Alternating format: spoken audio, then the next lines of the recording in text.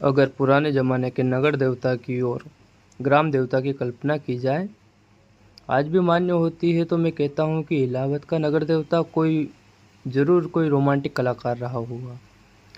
ऐसा लगता है कि इस शहर की बनावट, गठन, जिंदगी और रहन-सहन में कोई बंद-बंधाए नियम नहीं है। कोई कहीं कोई कसाव नहीं, हर जगह स्वच्छानंद, खुलाव और एक बिखरी हुई अनियमितता। बनारस की गलियों से भी पतली गलियां, लखनऊ की सड़कों से भी चौड़ी सड़कें, यॉर्कशायर और ब्राइटन के उपनगरों का मुकाबला करने वाले सिविल लाइंस और दलदलों की जिंदगी को मात करने वाले मोहल्ले।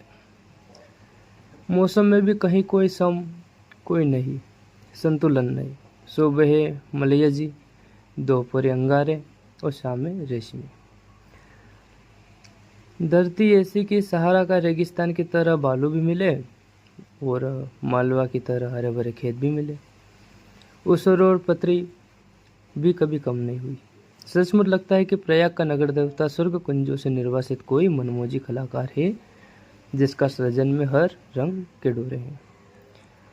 वो चाहे जो हो, मगर इधर क्वायर कार्तिक तथा उधर वसंत के बाद और होली के बीच के मौसम से इलाहाबाद का वातावरण नेस्टरशियम और पूंजी के फलों से भी ज़्यादा खुशबूदार और आम के बेरों की खुशबू से भी ज़्यादा महकदार होता है।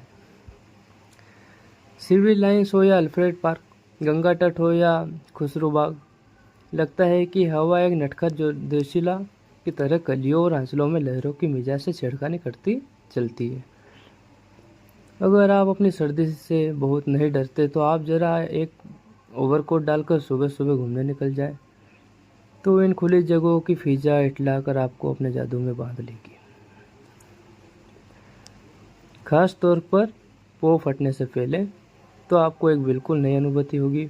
बसंत के नए नए मौसमी फूलों के रंग से मुकाबला करने वाली हल्की सुनहरी बाल सूर्य की उंगलियां सुबह की राजकुमारी के गुलाबी वक्ष पर बिखरे हुए भोराली गेसुओं को धीरे धीरे हटाती जाती है और क्षतिज पर सुनहरी तरुणाई बिखेर देती है।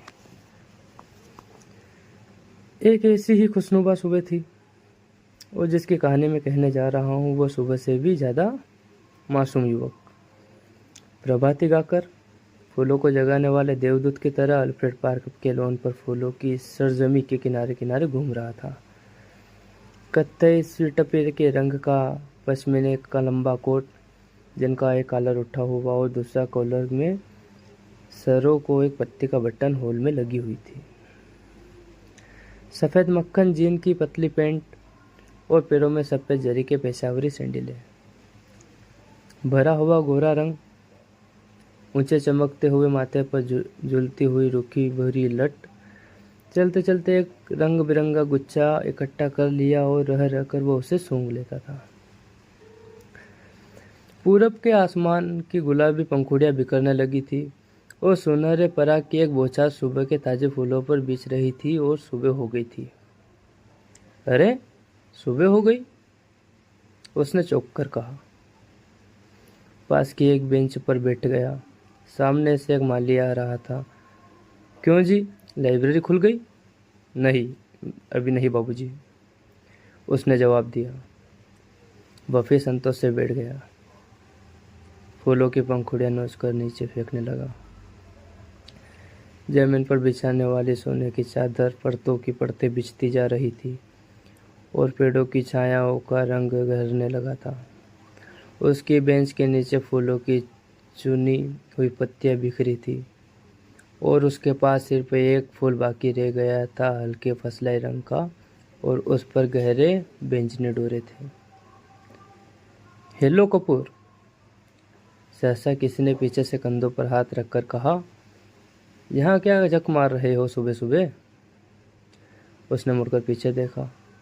आओ ठाकुर साहब, आओ बैठो यार, लाइब्रेरी खुलने का इंतज़ार कर रहा हूँ। क्यों, यूनिवर्सिटी लाइब्रेरी चाट डाली, इसे तो शरीफ लोगों के लिए छोड़ दो। हाँ हाँ, शरीफ लोग ही के लिए छोड़ रहा हूँ। डॉक्टर शुक्ला की लड़की है ना, वह इसकी मेंबर बनना चाहती है, तो मुझे आना पड़ा, इसी का इंतज़ार कर रहा हूँ। डॉक्टर शुक्ला तो पॉलिटिक्स डिपार्टमेंट में है, नहीं, गवर्नमेंट साइकोलॉजिक्स ब्यूरो में। और तुम पॉलिटिक्स डिपार्टमेंट में रिसर्च कर रहे हो। नहीं, इकोनॉमिक्स में। बहुत अच्छे। तो उनकी लड़की को सदस्य बनवाने आए हो? कुछ अजब स्वर में ठाकुर ने कहा। छी कपूर। कपूर हंसने लगे। कुछ अपने को बचाते हुए कहा, यार तुम जानते हो कि मेरा उनसे कितना घरेलू संबंध है। जब से मैं प्रयाग में हूँ उन्हीं के सहारे हूँ, और आजकल तो उन्हीं के यहाँ पढ़ता लिखता भी हूँ। ठाकुर साहब हंस पड़े। अरे भाई, मैं तो मजाक कर रहा था। डॉक्टर शुक्ला को जानते नहीं क्या? उनसा भला आदमी मिलना मुश्किल है, तुम सफाई व्यर्थ में दे रहे हो।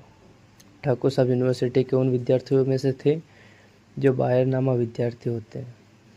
कब तक वे यूनिवर्सिटी को सुशोभित करते रहेंगे इसका कोई निश्चय नहीं। एक अच्छे खासे रुपए वाले व्यक्ति थे और घर के तालुकेदार भी। हंसमुख, फतविया कसने में मजा लेने वाले, मगर दिल के साफ, निगाह के सच्चे। एक बात तो मैं स्वीकार करता हूँ कि तुम्हारी पढ़ाई का सारा श्रेय डॉक्टर शुक्ला को है। तुम्हारे घर वाले तो कुछ खर्चा भेजते नहीं। नहीं, उनसे कुछ अलग ही होकर आया था। समझ लो कि इन्होंने किसी न किसी बहाने मदद की है। अच्छा आओ, तब तक लोटस पॉट तक ही घूम ले, फिर लाइब्रेरी भी खुल जाएगी। दोनों उठकर एक कृत्रिम लोटस सरोवर की ओर चल दिए जो पास ही में बना हुआ था। सीढ़ियाँ चढ़ते ही उन्होंने देखा कि एक सज्जन किनारे बैठे कमलों की ओर एकटक देखते हुए ध्यान में तल्लीन, छिपकली से दुबले पतले बालों की एक लट माथे पर घूमती हुई। कोई प्रेमी है या फिर कोई फिलोसोफर? देखा ठाकुर? नहीं यार, दोनों से निकृष्ट कोटि के जीव हैं ये कवि है। मैं जानता हूँ इन्हें। ये रविंद्र बिसरिया है, एमए में पढ़ता है। आओ मिलाए तुम्हें। ठाकुर साहब ने एक बड़ा सा घास का तिनका तोड़कर पीछे से चुपके से जाकर उनकी गर्दन पर गुदगुदाई। बेसजा चौंक कर पीछे देखा और मुड़कर खड़े होकर बिगड़ कर कहा, क्या बदतमीजी है ठाकुर साहब। मैं कितने गंभीर विचारों में डूबा था। और सहसा बड़े विचित्र स्वर में आंखें बंद कर बिसजा बोला, आह कैसा मनोरम प्रभात है। मेरी आत्मा में घोर अनुभूति हो रही है। कपूर बिसरिया की मुद्रा पर ठाकुर साहब की ओर देखकर मुस्कुराया और इशारों में बोला है, हे यार शगल की चीज छोड़ो जरा।